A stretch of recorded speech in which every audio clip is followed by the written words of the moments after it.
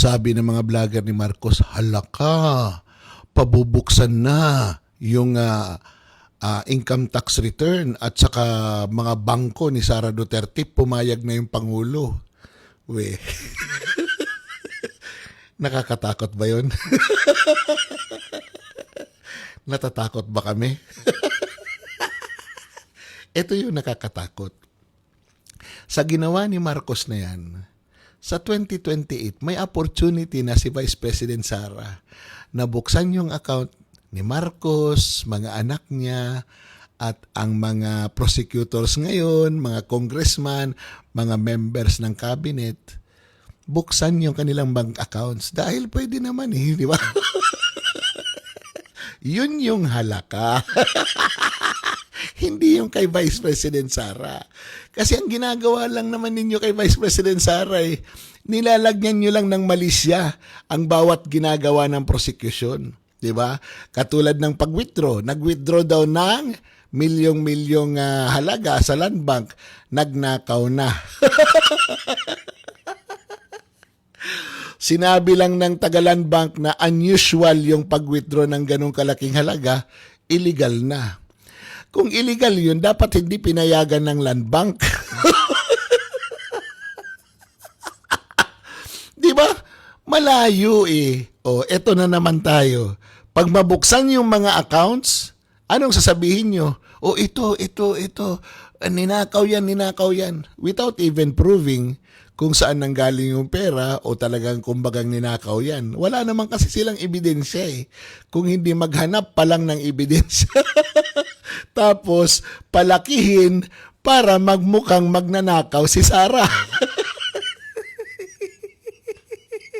Ang problema, hindi naniniwala ang mga taong bayan at nauumay na sa style ng administrasyon na ito. Wage increase, na TRO. Kailan ka nakarinig ng ganun? Wage increase, pina-TRO? Okay na. Isipin nyo sinabi ng Pangulo, tanggalin yung system loss. Tapos yung may-ari ng Meralco sasabihin, sino magsushoulder nun? Gawin mo yan kay PRRD. Manny Pangilinan, gawin mo yan kay PRRD. Sagot-sagutin mo ng ganyan. Di ba?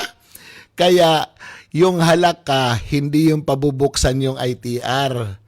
Hindi yung pabubuksan yung bank deposits ni BP Sara. Ang halaka sa 2028. Dahil doon talagang maraming iiyak at magsasakit-sakitan. Dahil gigil na yung taong bayan sa ginagawang pagnanakaw na sila na lang talaga nagtatakipan dahil lahat sila ay nakinabang. Sayang ang bayot. Pati si Lenny. Si Lenny na anti-corruption. Nakinabang na rin. Agoy! Secretary Bunoan, kumusta ka na, sir? Andyan ka pa pala sa ospital.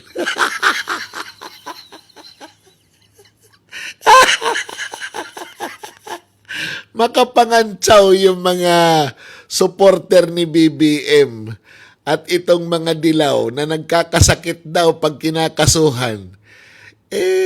Itong si Manny Bunuan ninyo, bakit wala akong marinig na sinasabi ninyo?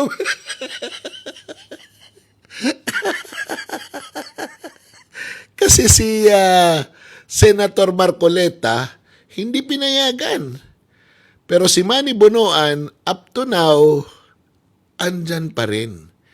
Kaya nga sinabi ni Marcos na, hindi ako pangulo ng aking mga kaibigan. Protector lang. Konsentidor lang. Yun pala yun. Which brings us to our main topic, which is, hindi ako pangulo ng aking mga kamag-anak. Protector lang din.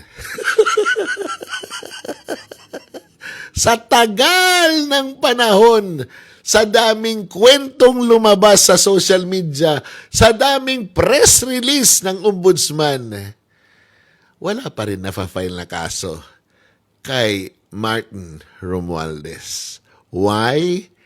Because hindi ako pangulo ng aking mga kamag-anak. Kikinabuhay to. Nauna pa yung kaso ni Marcoleta na campaign contribution.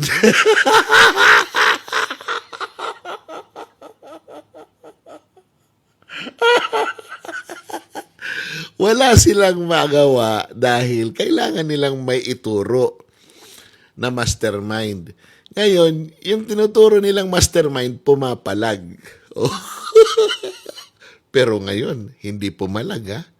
Sabi niya, masakit man, tatanggapin niya yung sinabi ng Pangulo. Yung sinabi lang ng Pangulo. Pero hindi niya sinabi, tatanggapin ko kung kakasuhan ako ng Pangulo. Walang ganun. Nakakatakot yun, di ba? Kasi pag sinabi niyang, tatanggapin ko yung sinabi ng Pangulo, pero hindi siya nagsabi tungkol dun sa kaso, parang bibit-bitin kita pag itinuloy mo yung kaso. Ay, nako talaga.